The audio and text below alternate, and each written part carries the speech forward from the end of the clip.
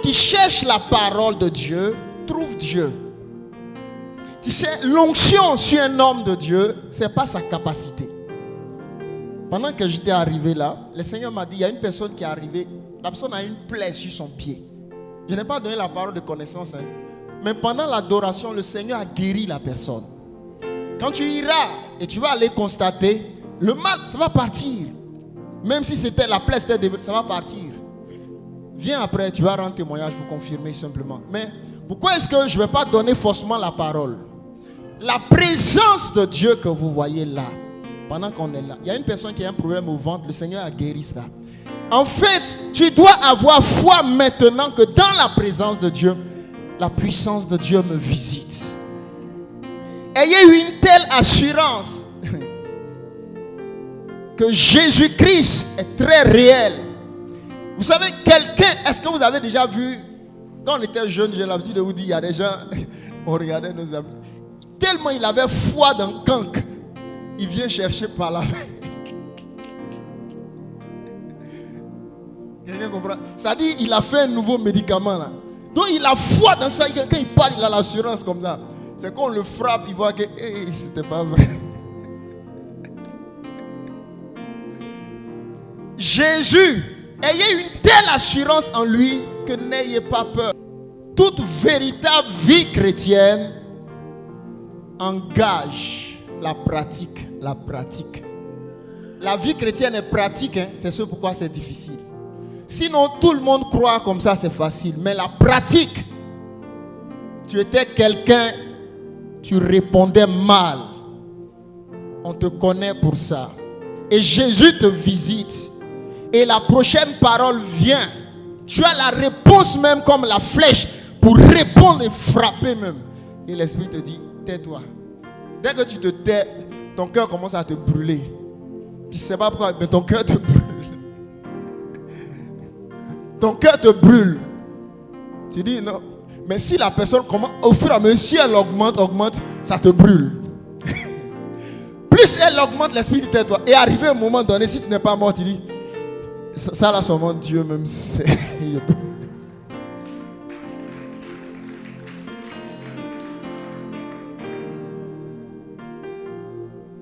Mais l'esprit de l'Éternel est puissant. Vous savez, plus Dieu vous brise, plus vous devenez dangereux. L'Esprit de Dieu m'a dit une chose. Il dit, quand tu réponds à tout, tu m'empêches de répondre à tes ennemis. Il y a des réponses sur ta vie que Dieu va donner à tes ennemis. Ils vont attraper leur tête. Je te dis une chose. Tu ne peux être un échec avec Jésus. Parfois, Dieu peut laisser que les gens parlent ou se moquent de toi un peu. Mais sois serein. Je te dis pourquoi tu dois être serein. Prends avec moi Exode chapitre 14. Tu as pris Exode 14. Lis à partir du verset.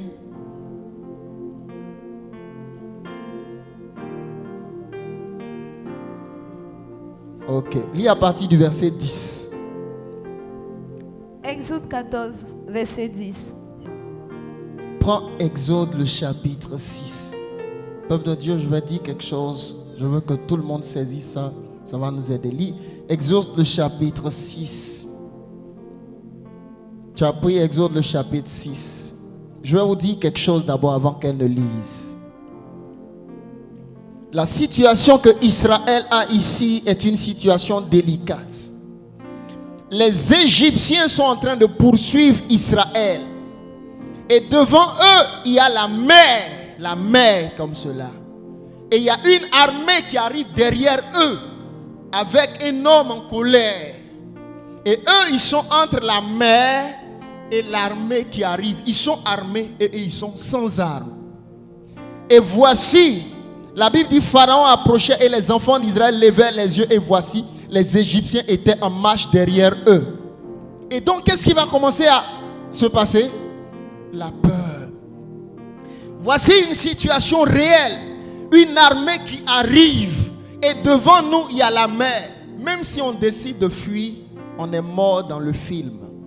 On n'a pas d'issue. Et ce texte est tellement important pour nous. Ce que le Seigneur a commencé à me dire. Prends Exode le chapitre 6. Pourquoi est-ce que, vous allez voir, Israël a peur et Israël crie? Et regardez la réponse de Dieu. L'Éternel dit à Moïse quoi? Regardez la réponse de Dieu. Il dit, l'Éternel dit à Moïse, pourquoi ces cris? Dieu est étonné que Israël est en train de crier. Mais c'est comme si Moïse même pouvait dire à Dieu, Seigneur, pourquoi ils ne vont pas crier en face de cette situation? Mais je vais vous expliquer pourquoi le Seigneur est étonné que les enfants d'Israël crient. Lis Exode 6. Exode chapitre 6. L'Éternel dit à Moïse, tu verras maintenant ce que je ferai à Pharaon. Une main puissante le forcera à les laisser aller. Une main puissante le forcera à les chasser de son pays. Dieu parla encore à Moïse et lui dit, je suis l'Éternel. Je suis apparu à Abraham, à Isaac et à Jacob, comme le Dieu Tout-Puissant. Mais je n'ai pas été connu d'eux sous mon nom, l'Éternel. J'ai aussi établi mon alliance avec eux pour leur donner le pays de Canaan, le pays de leur pèlerinage dans lequel ils ont séjourné. J'ai entendu les gémissements des enfants d'Israël que les Égyptiens tiennent dans la servitude. Et je me suis souvenu de mon alliance. Arrête-toi là d'abord, on va continuer. Bien aimé, regardez. Pourquoi est-ce que Dieu s'étonne et il dit, mais pourquoi Israël crie? Israël a peur, mais pourquoi Israël a peur? Israël a peur parce qu'ils n'ont pas de solution humainement parlant. Mais en réalité, ils ont une solution. Mais vous allez voir une chose. L'attitude de Dieu n'a pas changé en face de Pharaon. Dieu n'est pas agité ou Dieu n'a pas peur parce que Israël est en face de la mort. Mais Israël, lui, naturellement tremble et a peur. Vous savez ici le problème? Israël a la révélation de l'Éternel, mais Israël n'a pas la révélation de qui est l'Éternel. L'Éternel s'est approché d'eux par Moïse, mais ils ne savent pas de qui est-ce qu'il est question. Donc puisqu'ils ne savent pas de qui est-ce qu'il est question, leur intelligence, suivez ce que je dis, naturelle, dit non, on est perdu. Mais Dieu, lui, il dit, mais pourquoi est-ce qu'il s'agite? Vous savez que Israël ne pouvait pas périr en ce moment donné. Pourquoi? Ici, il y a quelque chose de très fort que je veux qu'on saisisse. Je prie pour moi-même de mieux saisir cela. Dieu m'a dit, c'est la clé pour surmonter tous les problèmes de cette vie et de sortir toujours vainqueur. Vous savez, quand Dieu s'est révélé à Moïse, il dit, je me suis révélé à tes pères comme étant le Dieu Tout-Puissant, mais personne ne m'a connu comme le Dieu l'Éternel. Et Israël n'avait pas la connaissance de celui qui est l'Éternel. Suivez. Dieu avait montré une facette de sa présence à Abraham, à Jacob. Chaque patriarche a vu une révélation de la manifestation de Dieu. Mais Dieu dit, Moïse, je ne suis pas un Dieu dont on peut définir les limites. Je n'appartiens pas à un intervalle, Moïse. Moïse, je vais te révéler ma nature illimitée. Israël, voici là où se passe le problème. Tu ne connais pas la nature du Dieu, pas que tu suis, mais avec qui tu es rentré en alliance. Suivez, Dieu n'a pas seulement appelé Israël, mais Dieu a mis Israël en alliance. En alliance. Quand Dieu les place en alliance, Dieu devient garant de leur vie. Et tant qu'ils ne savent pas, la nature de celui avec qui ils sont rentrés en alliance, ils continuent de courir comme ils couraient avant. Tant que j'ignore la nature de mon Dieu, je serai en face des problèmes et j'emprunterai les mêmes moyens quand je n'avais pas de Dieu. Tant que j'ignore la nature de celui avec qui je suis rentré en alliance, je vais être chrétien et j'aurai les mêmes problèmes que j'avais dans le monde. Je vais mettre Dieu de côté et je vais les résoudre de la même manière que j'avais à les résoudre quand j'étais païen. Et le problème ici, c'est que mes résultats seront toujours peu et limités. Il y a un défi ici, c'est de demander à Dieu, qu'est-ce que cela signifie quand tu me dis que tu veux te révéler à moi comme étant l'Éternel. Vous ne pouvez connaître Dieu sans demander à Dieu de vous aider à le connaître. Je répète. Vous ne pouvez connaître Dieu sans demander à Dieu de tout votre cœur. Apprends-moi, Seigneur, à te connaître. Parce que c'est là que se trouve le problème. Un autre a le même problème que toi. Et il le domine. Et il vit un témoignage miraculeux. Mais toi aussi, tu as le même problème. Et le problème t'enfonce. Et il rend le témoignage. Et toi, tu ne peux jamais rendre le témoignage. La connaissance du Dieu que vous adorez. Vous avez le même Dieu, mais vous n'avez pas le même niveau de connaissance. Plusieurs chrétiens ne connaissent pas le Dieu qu'ils servent. Dieu peut-être peut dire à cette sœur, voici ce que je ferai. Parce que tant que tu ne sais pas qui te parle, tu auras le même cœur en face des problèmes, dans la peur et dans la panique. Israël, naturellement en tant qu'homme, c'est normal que tu paniques. C'est normal que tu paniques parce que tu n'as pas de travail présentement. C'est normal que tu paniques lorsque tu regardes tes charges financières dans ce mois de septembre. C'est normal que tu paniques. Mais la question que je veux te poser, qui est ton Dieu? Tu sais, le monde ne va pas aller en devenant plus facile. Et Dieu parfois commence avec ses enfants en leur montrant la taille des défis. Dieu est tellement grand qu'il n'a pas peur d'un problème qui va vous arriver dans la vie. Y a-t-il un problème au-dessus d'un tel problème qu'Israël a là? La mer devant toi, une armée constituée vient derrière toi et tu es au milieu. Comme les gens le disent, tu ne peux rien créer. Bon, tu peux créer quoi là? Tu peux rien. Tu peux rien créer. Et maintenant, qu'est-ce qui va parler dans ta vie? Mes amis, regardez. Il dit, je suis apparu à Abraham et à Isaac, à Jacob, comme le Dieu Tout-Puissant, mais je n'ai pas été connu d'eux sous mon nom l'Éternel. J'ai aussi établi mon alliance avec eux pour leur donner le pays de Canaan, le pays de leur héri, de leur pèlerinage, dans lequel ils ont séjourné. Et regardez, il dit, j'ai entendu les gémissements des enfants d'Israël que les Égyptiens tiennent dans la servitude, et je me suis souvenu de mon alliance, Voici le secret ici. Peuple de Dieu, le mystère ici est tellement grand. Ça dit la dimension de compréhension du mystère de l'alliance. Du mystère de l'alliance. Il dit, tant que vous ne comprenez pas le mystère de l'alliance, de la même manière que ta copine pleure chaque jour, c'est la même manière que tu vas pleurer. Celui qui ne comprend pas le mystère de l'alliance se comportera de la même manière que celui qui n'a pas d'alliance.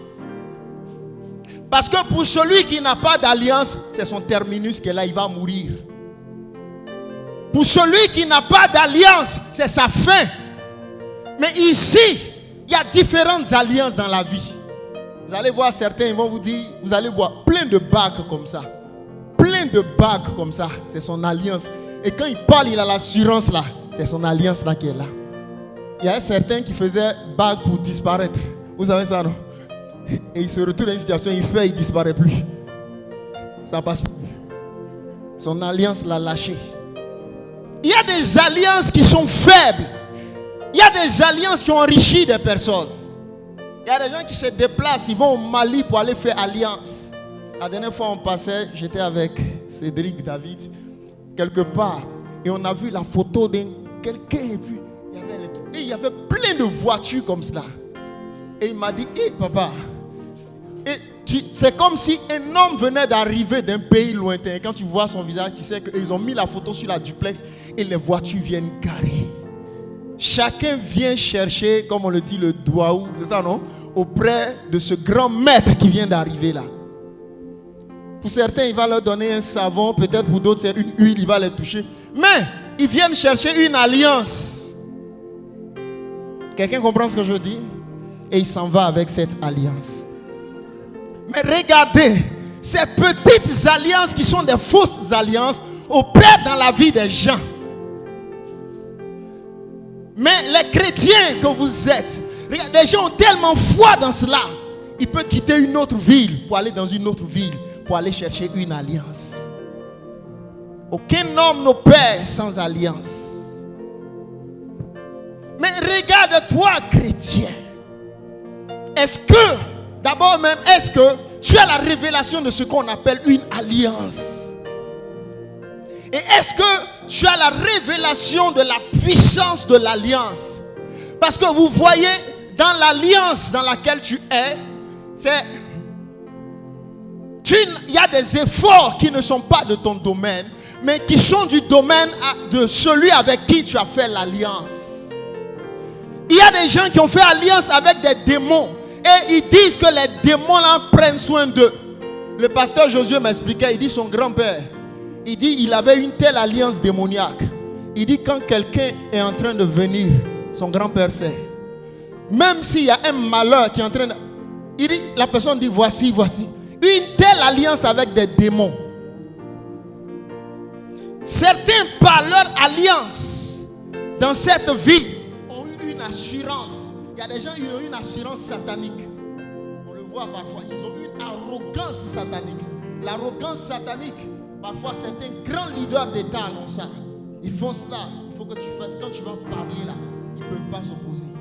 Et certains le font parfois avant de venir parler à leur chef. Et quand ils finissent de parler, tout le monde.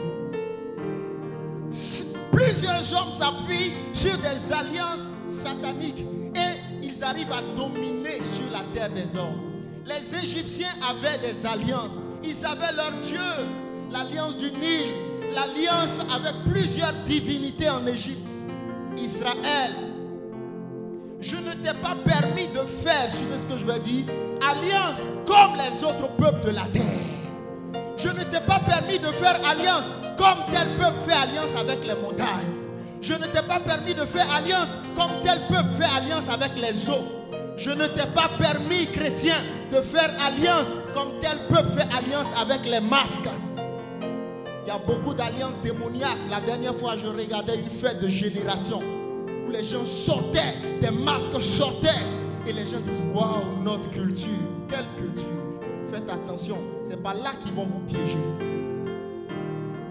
Quand tu rencontres Christ, tu dois prier pour la restauration des fondements culturels de ta société. Car plusieurs fondements culturels sont issus de l'idolâtrie. Il y a la culture qui existe, mais il y a aussi une culture démoniaque. Et ne laissez pas les gens vous tromper pour vous dire, oh, ça c'est religion des Blancs. Abraham était idolâtre de par ses origines, de par sa culture naturelle. Son père Terach servait des idoles. Mais quand Dieu s'est révélé à Abraham, il dit à Abraham, Abraham, si tu fais comme ton père, tu n'auras pas de destinée. Abraham, si tu dis, ça c'est la tradition de Terach, je ne peux pas laisser. Abraham, c'est ta fin, tu vas rester là. Mais quand vous lirez dans le texte hébreu, le texte dit pas à Abraham, va-t'en seulement de ton pays. Mais le texte dit, quitte tes us, tes coutumes, quitte les cultures, les traditions de la famille. Quitte ces coutumes idolâtres. Quitte ces traditions sataniques. il ne faut pas renier ses origines. Ce n'est pas une question de renier ses origines. Mais Abraham, tu as entendu la voix de Dieu. Dans une famille, tout le monde n'entend pas la voix de Dieu. Dieu fait grâce à qui il veut. Le masque que vous avez adoré toute la vie, là, Dieu dit, mon petit, là, il ne va pas aller en enfer. Il ne faut pas adorer le masque là aussi. Je sors de là. On dit, oh, l'enfant là, il ne respecte pas, il est impoli. Regarde, quand Dieu se révèle à toi, c'est parce qu'il veut te sauver. Ceux qui ont adoré ça là, ils sont allés où? Ils sont finis où?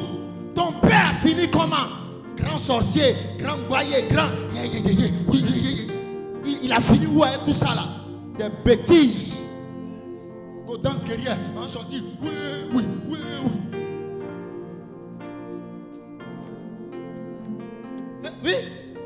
Regardez comment les blancs font guerre.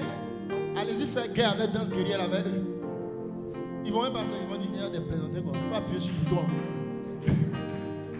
Et tous ils sont broyés là-bas. Où sont les génies qui vont vous sauver là? Ok. Les guerriers protecteurs. Quel guerrier protecteur? Quel guerrier protecteur? Dans leur ignorance, ils sont allés chercher. Oui, parce que si Dieu ne se révèle pas, tu ne peux pas le connaître.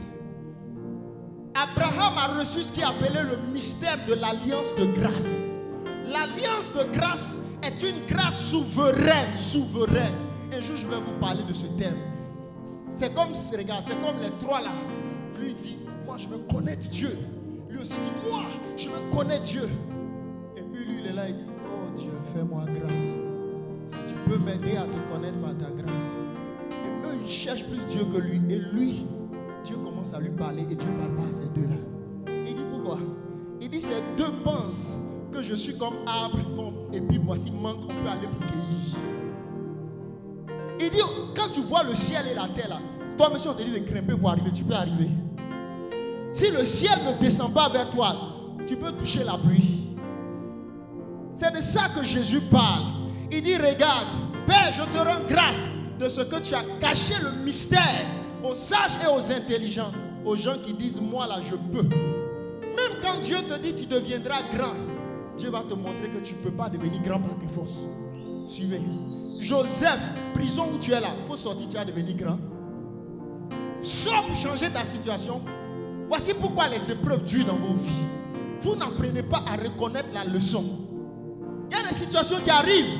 Tu luttes, ça ne change pas. Dieu dit, arrête de lutter. Seigneur, je te bénis. Ça fait combien d'années je suis en train de prier pour ce problème? Joseph n'était plus en train de prier pour sortir de prison maintenant. Père, tu sais que je n'ai pas péché et je suis ici.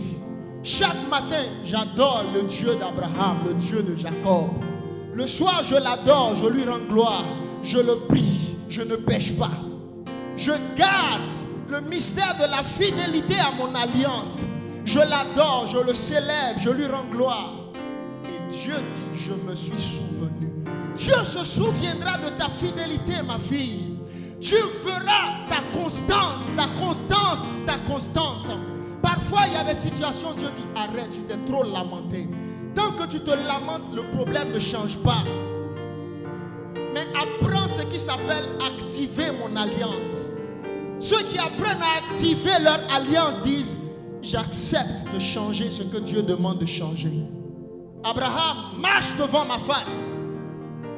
À chaque étape, tu dois réajuster dans ton esprit la position que tu donnes à ton alliance. Plus ton alliance est grande, tu commences à dire, je ne vais plus me lever le matin et la première chose que je touche, c'est mon portable. Quand je me lève le matin, je vais d'abord chercher une zone, une surface pour aller vers le Dieu de mon alliance. Es-tu sûr que ton alliance a un poids dans ta vie? Plus ton alliance est faible, la manifestation aussi de Dieu dans ta vie est faible. Peuple de Dieu, l'alliance est terrible et puissante. L'alliance t'enseignera. L'alliance te guidera. Tu te lèves, tu arrives au village. Les esprits familiers se lèvent, ils viennent t'attaquer. Quand ils arrivent, ils disent non, on ne peut plus le toucher. Il y a une autre alliance sur lui. Avez-vous la culture de votre alliance? Pourquoi est-ce que vous allez rechercher les alliances ténébreuses? Revenez à votre véritable alliance. Écoutez, avant que Israël ne soit Israël, naturellement, étant fils d'Abraham, ils étaient dans l'alliance d'Abraham.